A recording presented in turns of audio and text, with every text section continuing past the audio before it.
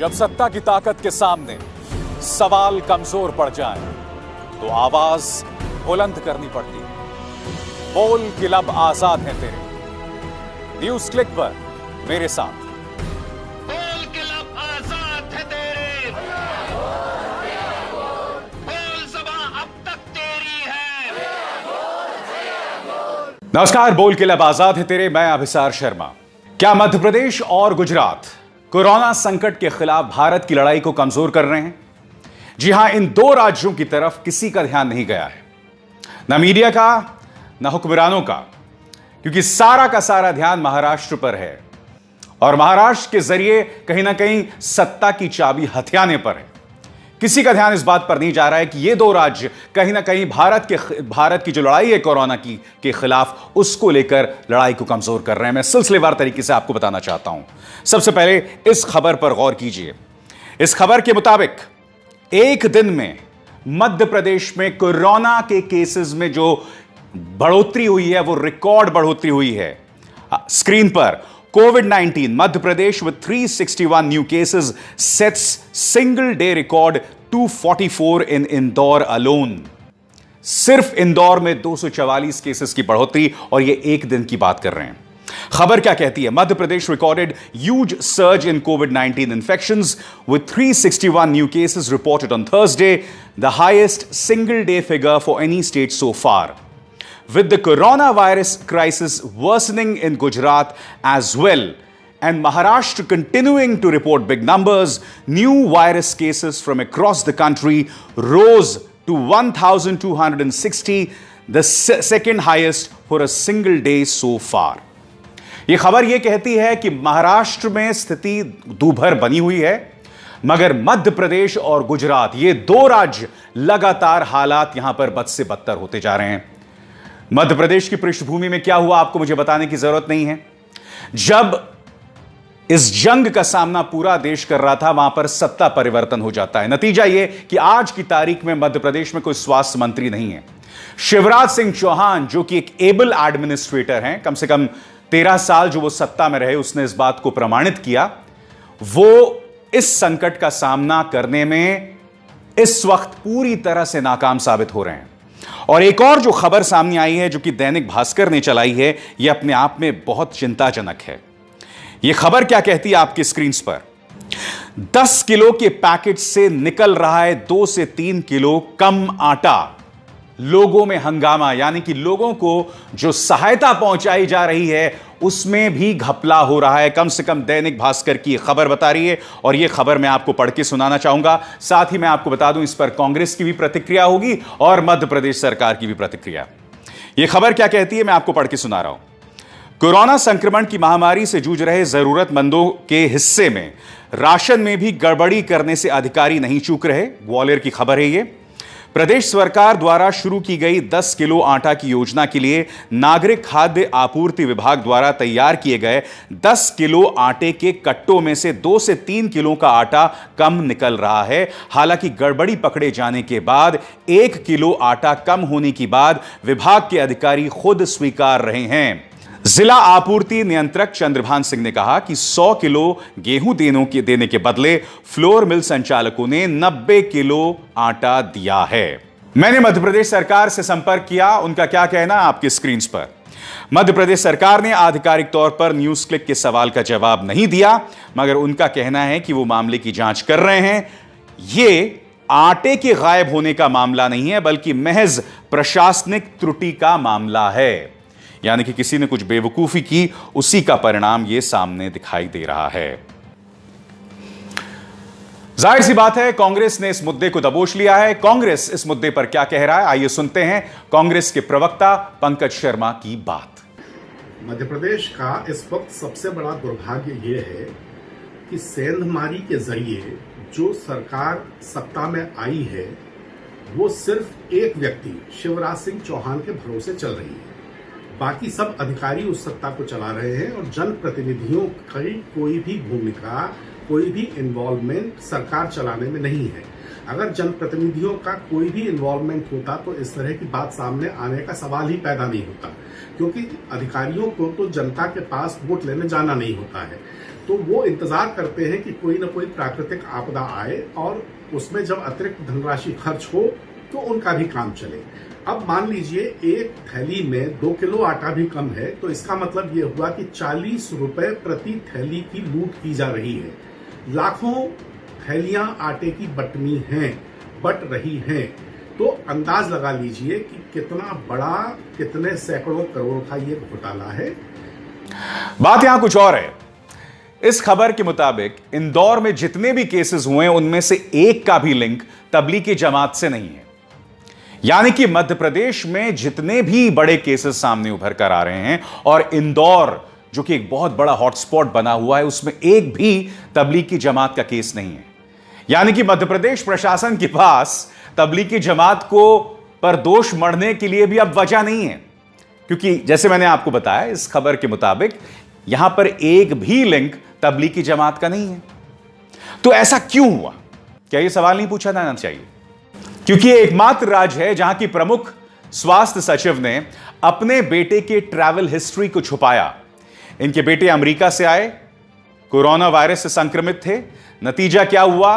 मां जो हैं वो प्रभावित हो गई और मां के जरिए 48 अन्य अधिकारी भी प्रभावित हो गए। यह हो रहा है मध्य प्रदेश के अंदर, और एक ऐसे वक्त जब वहां एक राज्य सरकार बनी हुई थी, तब आपने कोरोना संकट के बीचों बीच वहां पर तख्ता पलट कर दिया, और ऐसे में पूरा जो एक तंत्र चला आ रहा था वो बिखर गया। आप खुद से सवाल पूछिए, क्या एक राज्य इस बात को अफोर्ड कर सकता है कि उसका कोई स्वास्थ्य मंत्री ही नहीं है? क्या यह अपने आप में एक बहुत बड़ी खामी नहीं है? अब हम बात करते हैं गुजरात की। गुजरात एक मॉडल राज्य, 1800 रसूख वाले गुजराती, इन्हें 25 बसों में ऋषिकेश से गुजरात ले जाया गया था। वो खबर याद है आपको? और इसमें गृह मंत्री अमित शाह और गुजरात के मुख्यमंत्री विजय रूपाणी ने एक बहुत बड़ा किरदार निभाया था। मगर गुजरात के अंदर फंसे जो उड़िया मजदूर हैं, उनकी हालत बद से बदतर हो गई है। जैसे कि मैंने कार्यक्रम की शुरुआत में बताया, 3 राज्य इस वक्त सबसे ज्यादा प्रभावित दिखाई दे रहे हैं। महाराष्ट्र जो कि फाइनेंशियल कैपिटल है, दूसरा मध्य प्रदेश और तीसरा गुजरात। गुजरात में तो कायदे से प्रॉब्लम होनी नहीं चाहिए थी, मगर गुजरात में ऐसा क्यों हुआ? सबसे पहले आपको यह समझना होगा कि फरवरी में आप जानते हैं कि ट्रंप का किस भव्य अंदाज में स्वागत किया गया। मैं नहीं जानता हूं कि प्रधानमंत्री ने डोनाल्ड ट्रंप को आखिर क्यों यह भरोसा दिलाया कि आपका स्वागत करने के लिए 50 लाख लोग मौजूद होंगे या 70 लाख लोग मौजूद होंगे। और आपने देखा मोटेरा स्टेडियम में कितनी बड़ी तादाद में वहां लोग मौजूद भी थे। अब क्या हो रहा है कि वहां पर जो बुनियादी स्वास्थ्य व्यवस्था है वो पूरी तरह से चरमरा गई है। सबसे पहले मैं आपको बताता हूं कि वहां पर जो हालात क्या हैं इस वक्त फिगर्स को लेकर, वो आपके स्क्रीन पर। हिंदू के पत्रकार महेश लांगा ने खबर ट्वीट की है। वो कहते हैं अभी अभी खबर मिली है कि गुजरात के अंदर कोरोना के केसेस में जबरदस्त उछाल आया है। 176 नए मामले आए हैं और 7 मौतें, जिसका अर्थ यह हुआ कि कुल अब तक 1272 मामले और 48 मौतें। आज 176 केसेस में से 143 सिर्फ अहमदाबाद से हैं। इसका मतलब यह हुआ कि अहमदाबाद शहर में कुल 765 मामले और 25 मौतें। यह हाल है गुजरात की। अब मैं आपका ध्यान खींचना चाहूंगा उस खबर की ओर जो मैंने कुछ देर पहले आपको बताई कि वहां पर करीब 2.5 लाख उड़िया मजदूर फंसे हुए हैं और वो बद से बदतर हालात में जीने को मजबूर हैं। आपकी स्क्रीन पर सामंतरे, जिन्होंने हिंदू को दिए गए इंटरव्यू में कहा है कि केंद्र सरकार द्वारा दिए गए दिशा निर्देशों के बावजूद गुजरात सरकार ने वहां फंसे माइग्रेंट मजदूरों के लिए कुछ नहीं किया है। उन्होंने उड़ीसा सरकार से अपील की है कि यह मामला गुजरात सरकार के साथ उठाएं और जिन बदतर हालात में वहां पर मजदूर रुके हुए हैं उसके बारे में कुछ किया जाए। मैं आपको बताना चाहूंगा कि एक नहीं बल्कि 2 बार मजदूर सड़कों पर आए थे। वो तस्वीर आपको याद है जब गुजरात के अंदर, सूरत के अंदर मजदूर सड़कों पर आ गए थे और उन्होंने आग लगा दी थी कई दुकानों को गुस्से में आकर। और ये एक नहीं 2 बार वो सड़कों पर उतरे थे। मगर मीडिया के दोहरे मापदंड देखिए, बांद्रा में जब मजदूर पहुंच जाते हैं अपने घर जाने के लिए और वो अफवाह किसी और ने नहीं बल्कि मीडिया ने फैलाई होती है, वही मीडिया जो सुबह यह अफवाह फैलाता है कि ट्रेनें चल रही हैं और शाम को अपने चैनल्स पर क्या कहता है कि बांद्रा के पास जो मजदूर हैं, जो मुसलमान बसे हुए हैं, क्या उनके चलते ये मजदूर वहां इकट्ठे हुए। यह मीडिया का किरदार था मुंबई को लेकर, महाराष्ट्र को लेकर। मगर ये मजदूर एक नहीं दो दो बार सड़कों पर आए। इनकी आवाज आप कहीं नहीं सुनेंगे सिवाय न्यूज क्लिक के मंच पर। आज मैं आपसे सवाल पूछ रहा हूं, ये दोहरे मापदंड क्यों? आखिर गुजरात को लेकर हमने अपनी आंखें क्यों मूंद ली हैं?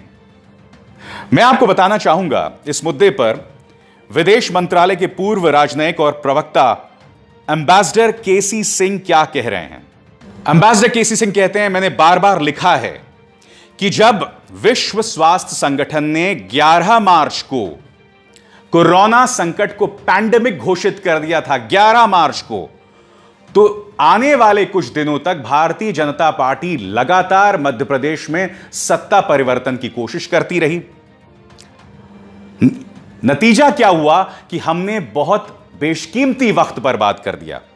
जो मजदूर 24 तारीख के बाद अपने घर को जाने के लिए मजबूर हो गए थे पैरों पर, इन्हें कायदे से 13, 14 और 15 मार्च को निकल जाना चाहिए था।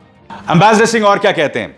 एम्बेसडर सिंह कहते हैं, क्या वजह है कि जो जमात तबलीग के जमात से जुड़ा मामला सामने उभर कर आया था, इस पर काबू पाने के बावजूद केंद्र सरकार जो है ऑपरेशन कमलनाथ में लगी हुई थी। तो एम्बेसडर सिंह की ये दोनों बातें क्या दर्शाती हैं? ये दर्शाती हैं कि कहीं ना कहीं ये दोनों राज्य भारत की इस लड़ाई को कमजोर कर रहे हैं और इनकी तरफ किसी का ध्यान नहीं जा रहा, ना मीडिया का ध्यान, ना केंद्र सरकार का ध्यान, और साफ तौर पर कई मुद्दों पर दोहरे मापदंड नजर आ रहे हैं। सच तो यह है कि इस पूरी लड़ाई में मध्य प्रदेश और गुजरात जैसे राज्य जो हैं भारत की कमजोर कड़ी दिखाई दे रहे हैं। और जहां तक मुख्यधारा की मीडिया की बात है, वो न सिर्फ कमजोर कड़ी हैं बल्कि खलनायक के तौर पर काम कर रहे हैं, जैसा कि लगातार मैं अपने कार्यक्रमों में आपको बताते रहा हूं। एक और खबर आपके सामने, दैनिक जागरण ने कहा कि पुलिस ने 11 जमातियों को दबोचा। नेपाल से आने वाले 11 जमातियों को दबोचा गया। यह खबर किसी और ने नहीं बल्कि दैनिक जागरण ने चलाई थी कि 5 मार्च को ये लोग आए थे और सभी ने खुद को जमाती बताया। अब आप सोचेंगे कि क्या वाकई जमातियों ने इस तरह से नेपाल से पहुंचकर भारत के अंदर कोरोना वायरस संकट के फैलाने का काम किया? सुनिए खुद कुशीनगर की पुलिस क्या कह रही है। जनपद कुशीनगर में नेपाल मूल के रहने वाले 10 लोग और एक व्यक्ति बिहार का परसों पुलिस को, तुर्कपट्टी पुलिस को मिले थे, जिनके विरुद्ध लॉकडाउन का उल्लंघन करने के आधार पर अभियोग पंजीकृत किया गया था और उन्हें आइसोलेट करके उनके सैंपल लिए गए थे। कोरोना वायरस परीक्षण रिपोर्ट नेगेटिव पाई गई है और उन्हें क्वारंटाइन किया जा रहा है। अभी आज काफ़ी समाचार पत्रों में और कुछ सोशल मीडिया में मैंने देखा कि पत्रकार बंधुओं ने इन्हें जमाती कहा है। मैं स्पष्ट करना चाहूँगा कि ये किसी जमात से संबंधित लोग नहीं हैं और जमाती शब्द से काफ़ी भ्रम की स्थिति उत्पन्न होती है और यदि कोई तथ्य संदेहास्पद है, किसी तथ्य को लेकर मन में कोई भ्रम है, तो मेरा अनुरोध है कि कृपया पुलिस का आधिकारिक वर्जन अवश्य ले लें और पुलिस अपनी छानबीन, अपनी सभी तथ्यों की सत्यापन करने के पश्चात ही अपनी रिपोर्ट जारी करती है, प्रेस वक्तव्य जारी होता है। इसलिए कृपया उसका अवश्य अवलोकन कर लें और इस तरह के शब्द का प्रयोग न करें जिससे आम जनता में दहशत पैदा हो।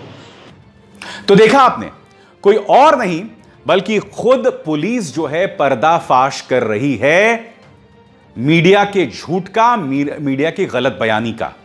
और मैं आपको बताना चाहूंगा यह मामला सिर्फ मीडिया के झूठ का नहीं है या गलत रिपोर्टिंग का नहीं है। इसके जरिए आप समाज के अंदर विद्वेष फैला रहे हैं, इसके जरिए आप समाज के अंदर जहर फैला रहे हैं, एक ऐसे वक्त जब देश कोरोना संकट के खिलाफ लड़ाई लड़ रहा है, आप जानबूझकर ऐसी झूठी खबरों को प्रचार प्रसार कर रहे हैं। अब यह खबर देखिए। यहां पर एक बार फिर इस चैनल के माध्यम से कहा जा रहा है कि पाकिस्तान कहीं ना कहीं अपने जेल के अंदर जो कोरोना वायरस से संक्रमित मरीज हैं, उन्हें भारत में भेजने का प्रयास कर रहे हैं। देखिए, अगर तो यह खबर सही है तो वाकई बहुत बड़ी खबर है, मगर मैं यह जानना चाहता हूं कि कहीं यह इस चैनल की कल्पना की उड़ान तो नहीं है, क्योंकि मैं नहीं भूला हूं न्यूज़ 18 के इस कार्यक्रम में यह कहा गया था कि तबलीगी जमात के जो लोग हैं, उन्होंने विदेश में पाकिस्तान के एक मुलाजिम से मुलाकात की थी और कहीं ना कहीं तबलीगी जमात का एंगल जो है या लिंक्स जो हैं, पाकिस्तान से ढूंढ लिया गया था।